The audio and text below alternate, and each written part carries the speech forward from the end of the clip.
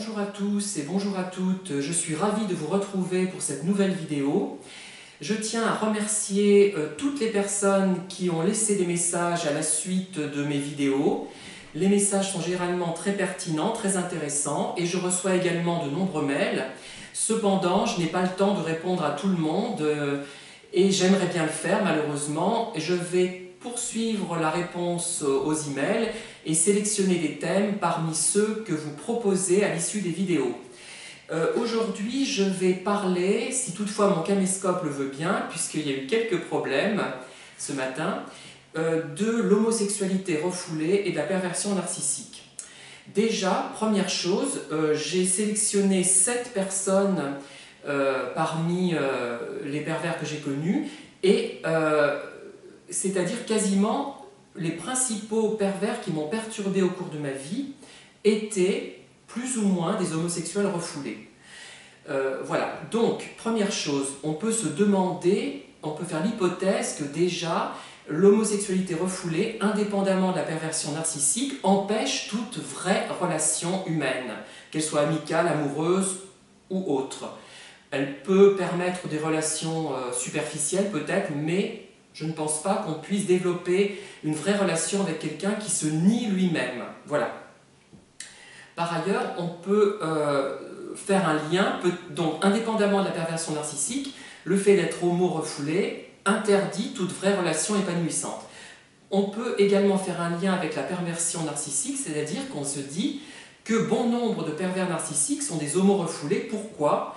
Donc les psychanalystes vont dire que c'est une question de développement, qu'ils n'ont pas franchi telle étape et qui sont restés au stade anal, par exemple. Je dis n'importe quoi, mais parce que je n'y connais pas grand-chose sur la question. Mais ça serait très homophobe. Et c'est ça aussi le problème de la psychanalyse, qui à la base est homophobe, hein, un petit peu quand même. Considérer qu'être homo, c'est être fixé au stade anal, c'est complètement ridicule, puisque la sodomie, tout ce qui est anal, n'est pas forcément pratiqué par la majorité des homos, hein, faut le savoir.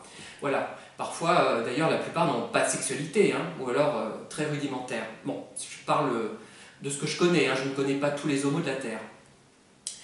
Et donc, je crois que tout cela empêche les psychologues de vraiment se pencher sur la question, parce qu'il y a un lien, ce n'est pas possible autrement. D'ailleurs, tous vos témoignages, enfin beaucoup parmi vos témoignages vont dans ce sens.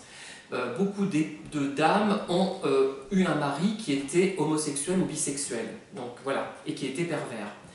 Bon, on ne peut pas en déduire beaucoup de choses, ce n'est pas scientifique, je sais bien, il faudrait vraiment aborder les choses de façon plus rigoureuse et scientifique, sur un échantillonnage plus important, et vérifier vraiment la validité de ce dont on parle, je le sais, mais il y a quelque chose à creuser, c'est évident. Je pense que le fait d'être homo vraiment brime la personne et l'oblige à ne plus être elle-même. Voilà.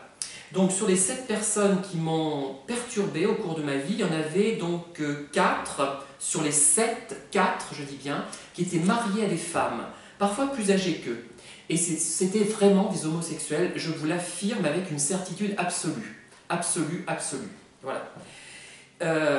Et il y en a eu également 3 qui assumaient leur homosexualité sur le plan, on va dire, sexuel, mais qui ne l'assumaient pas sur le plan sentimental, les 3 autres. Hein.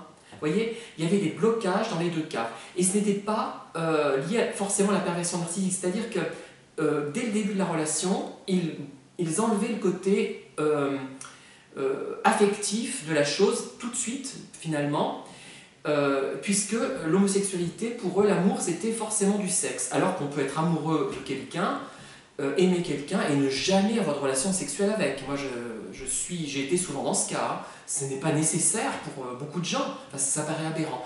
Et pour ces personnes, il fallait coucher pour aimer quelqu'un. Pas forcément, non. Non, on peut très bien être en ratage complet à ce niveau-là sans pour autant être hétéro. Hein. Ça n'a rien à voir, moi je le dis. Hein. Pour moi, ça n'a rien à voir. Et d'ailleurs, pour d'autres, je pense. Hein. Et donc, tous ces gens qui m'ont perturbé n'étaient pas des gens épanouis avec leur sexualité, donc tous des homos refoulés à divers degrés, soit au niveau affectif et sexuel, soit au niveau sexuel. Soit au niveau simplement affectif, soit au niveau simplement sexuel. Enfin bref, il y avait un peu toutes les variantes. mais 4 hommes mariés quand même, hein, et pas si âgés que ça, ils n'avaient pas 80 ans. Hein. Le plus âgé a 55 ans, voilà, 55, oui, c'est ça. Et le plus jeune doit avoir actuellement 40 ans peut-être. Bon. Et je trouve d'ailleurs incroyable que des jeunes de 20 ans puissent refouler leur homosexualité. J'ai d'ailleurs eu un témoignage dans ce sens par mail auquel je n'ai pas encore répondu, faute de temps. Il y avait un numéro de téléphone, je n'ai pas encore appelé. Et je trouve ça incroyable. Enfin, incroyable. Moi, ça me dépasse. Je sais qu'il y a beaucoup d'homophobie actuellement encore, mais pas suffisamment quand même pour qu'on puisse arriver à se nier soi-même. On ne peut pas se nier. Moi, je serais dans un pays homophobe, je ne pourrais pas être autrement que je suis. Enfin, c'est pas possible, quoi. Enfin, c'est pas envisageable. Voilà. D'ailleurs, je vais vous proposer un petit test pour vérifier que vous êtes homo, si vous êtes un homme, ou une femme même. Vous regardez une photo de Martine Carole, si vous êtes une femme, et vous me dites ce que vous ressentez, si ça vous chatouille quelque part, ou si vous ressentez simplement une impression esthétique. Pareil, vous prenez Manuel Valls, par exemple, en sous-vêtements, parce que moi la nudité évoque l'art, donc pour moi la nudité n'est pas sexuelle, n'est pas érotique. Voilà, je suis comme ça, puis c'est tout. Hein. Je suis beaucoup plus émoustillé quand je vois quelqu'un en sous-vêtements. Voilà. Et donc, regardez Manuel Valls en sous-vêtements. Avez-vous simplement un sentiment esthétique ou alors est-ce que vous ressentez autre chose en le voyant? Et vous saurez à coup sûr si vous êtes homo ou hétéro. Cela dit, ce ne sont peut-être pas vos modèles, Martine Carole ou Manuel Valls, de beauté, hein, je ne sais pas.